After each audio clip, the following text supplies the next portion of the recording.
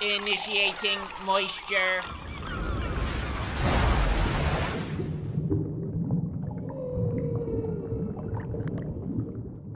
Welcome to the Moist Meter. Anthem fucking sucks. Spoiler alert. I needed to get that out of the way right away.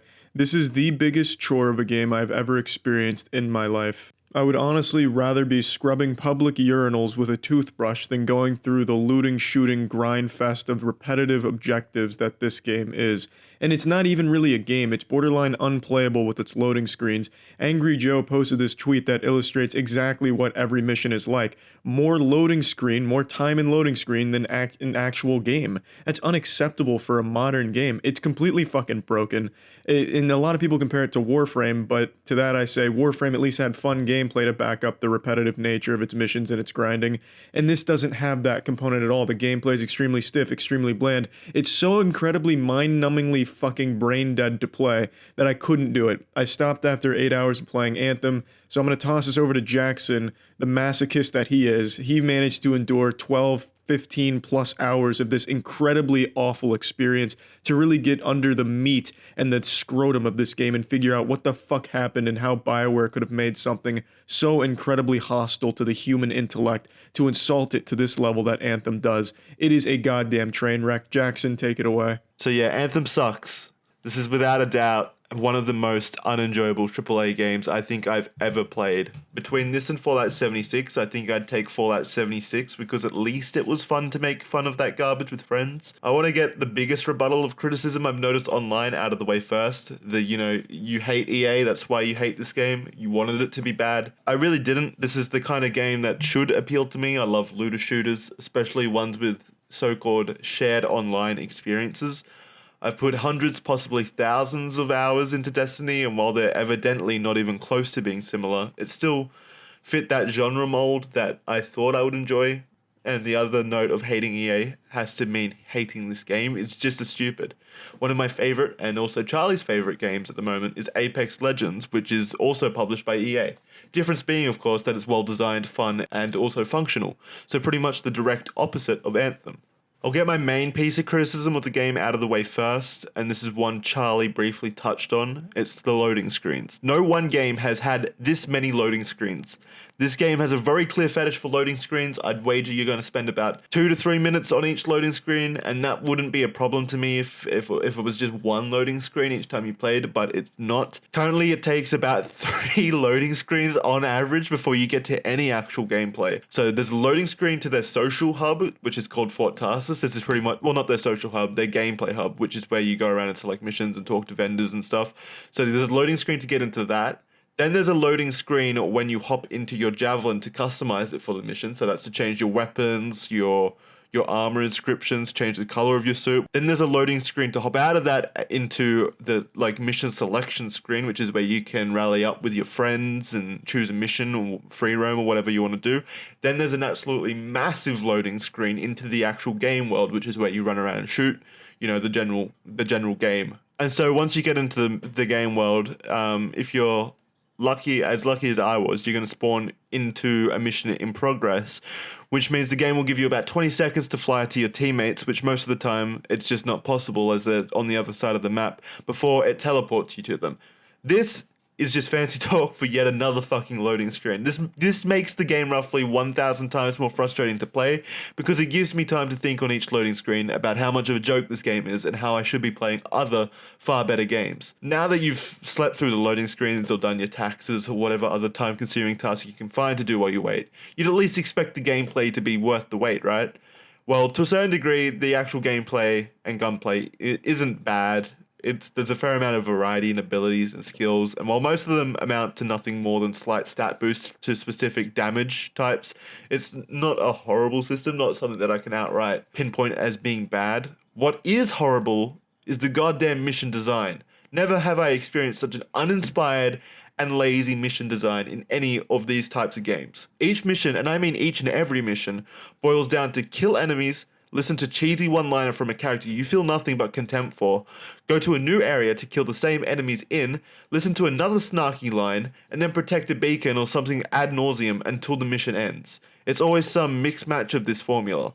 That's it. The enemies are all the same, they're all incredibly lazy and boring to fight. It's not fun. The combat itself works, but that doesn't make it fun. My other major gripe with the game is that the story is nothing special. Every character feels like they're putting on this weird stage performance with lots of overacting that really takes me out of the experience.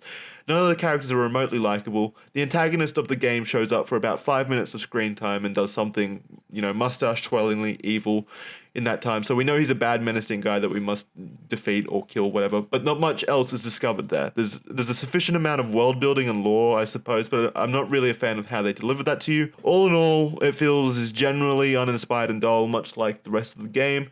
There is a story here though, and I would wager it lasts about 8 hours, but probably more with how much they managed to lengthen the game in the middle with an absolutely ridiculous quest line that gates you off from finishing the story by forcing you to do a checklist of World of Warcraft-esque mission objectives. Things like repair 3 friends, open 15 loot chests, kill X amount of enemies in this specific way, etc. Very boring questline, obviously to lengthen the main story time to something more respectable. The endgame revolves around doing the same missions over and over again in this game's hardest missions, which are basically just longer normal missions with a boss at the end. The bosses don't have any interesting mechanics, they're just bullet sponges who sometimes run away and then you have to wait around killing ads before they show up again. I really don't know how this game took 5 years to make. Yes, games are hard to make, and I fully understand there is a lot of passionate and talented developers at BioWare, and I really don't like saying this, but I didn't see any passion or talent in this game. This game feels wholly like a game that was developed entirely within a boardroom. And even worse, it feels like those boardroom members actually took up the keyboard to code this shit, because I had so many bugs and disconnections, it was remarkable.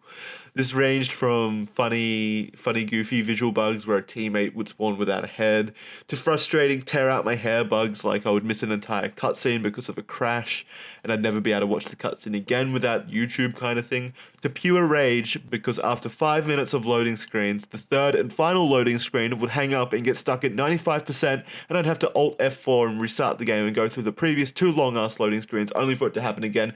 God damn it, this game is barely functionable. So yes, I don't know how this game took 5 years to make. This feels like a game that took 18 months at the most to make, especially with how little loot there is in this game. In a looter shooter, this is one of the worst offenses you could make. Each gun type has about 3 models, and even the highest tier of weapons use these models, just with skin and color differences. There are only about 3 suits for each javelin in the entire game. The javelins being the suits that you jump into to fight, the big Iron Man looking things. And as far as I can tell, there's only 3 suits for each of them. One is given to you at the start of the game, so it's just the vanilla suit that you get. The second is a pre-order bonus, so you have to pay for that. You have to pre-order the game to unlock it. The third is bought with in-game currency, so the gold that gets given to you through missions or whatever. The amount of gold you need to unlock that is rather large, so it would take some time to unlock the third suit. So that's kind of cool, I guess. So yeah, 3 suits to make yourself visually different from everyone else. That's apparently the best they could come up with their 5-year development time. I honestly cannot think of a single good thing apart from maybe the soundtrack, and I would be fully prepared to score this game under a 15% on the moist meter if it weren't for the sometimes nice visuals as well as the nice soundtrack. But again, they're nothing remarkable or great. They're just elevated above just being average because everything else in this game is genuinely trash. I could keep going on about all the flaws in this game, but I don't think there's enough hard drive space at YouTube HQ to host a video of that size, so I'll keep it short. The game is bad, it's unenjoyable to play. I wanted desperately to do anything else other than play the game while I was there. And that sucks because BioWare used to be one of my favorite developers. Alright, so putting this on the moist meter, and this is the first time I get to do this, putting this on the moist meter, we're giving this one a 20% with a strong recommendation not to buy this game until some serious work is put into it. But even then, I don't think they can really patch out the issues this game has. It just suffers from a clear lack of passion and, at times, talent. Anyway, that's it from me. Thanks for watching, and we'll see you next time. This has been Jackson and Charlie at Moist Meter HQ.